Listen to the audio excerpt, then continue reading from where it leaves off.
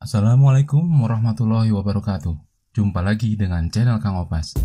Jangan lupa bantu subscribe ya untuk mendukung channel ini. Terima kasih. Di video keempat dari seri video statistik dengan SPSS ini, saya akan berbagi pengetahuan tentang analisis deskriptif dengan menggunakan case summaries di SPSS. Menu case summaries bertujuan menyajikan tabel ringkasan suatu variabel, baik itu data kuantitatif atau data kualitatif, dengan menampilkan informasi lebih detail dibandingkan dengan tabel yang dihasilkan oleh OLAP Cubes. Untuk lebih jelasnya, kita langsung saja ke contoh kasus. Contoh kasus menggunakan data yang sama dengan video sebelumnya, yaitu tentang OLAP Cubes. Berikut datanya.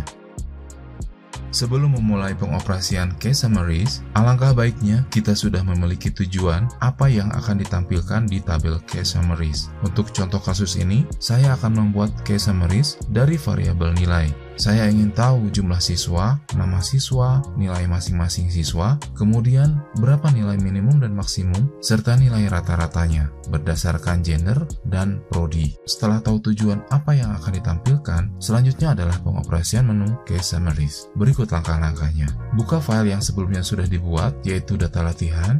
File ini adalah file data yang kita buat di video sebelumnya.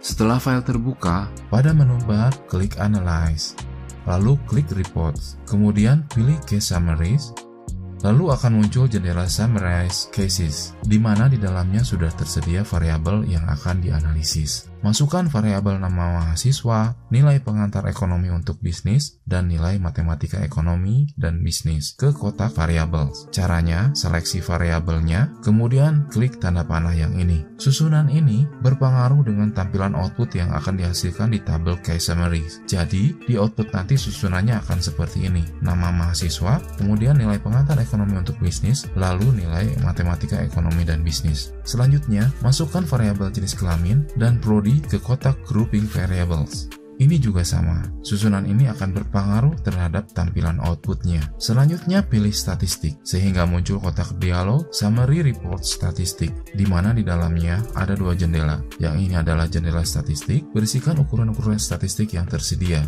Dan yang ini jendela sel statistik, yaitu jendela yang menampilkan ukuran statistik yang dipilih untuk dilakukan analisis deskriptifnya. Karena kita ingin mengetahui nilai minimum, maksimum, dan rata-rata atau min, maka seleksi minimum, maksimum, dan min secara berurutan pada jendela statistik. Kemudian klik panah ini untuk dimasukkan ke jendela sel statistik.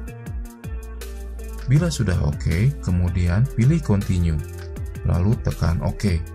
Maka akan muncul output viewer, di mana di dalamnya sudah tersaji tabel case summaries. Perhatikan tabelnya. Pada kotak atau kolom yang ini adalah variabel yang diisikan pada kotak grouping variables, dan tiga kolom yang ini adalah variabel yang diisikan ke kotak variabel. Sekarang perhatikan barisnya.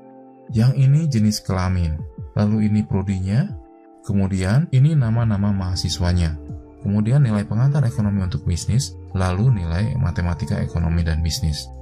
Dari tabel ini kita bisa memperoleh informasi untuk yang ini bahwa siswa pria atau mahasiswa untuk prodi manajemen ada 3 orang, yaitu Ardi, Rasya, dan Agus. Nilai yang diperoleh oleh Ardi untuk pengantar ekonomi dan bisnis adalah 70, dan untuk matematika ekonomi dan bisnis adalah 75, Rasya 65 dan 60, serta Agus 70 dan 65. Nilai minimum atau paling kecil yang diperoleh mahasiswa prodi manajemen untuk mata kuliah pengantar ekonomi untuk bisnis adalah 65, dan untuk matematika ekonomi dan bisnis adalah 60. Sedangkan nilai maksimum pengantar ekonomi untuk bisnis adalah 70, dan matematika ekonomi dan bisnis adalah 75.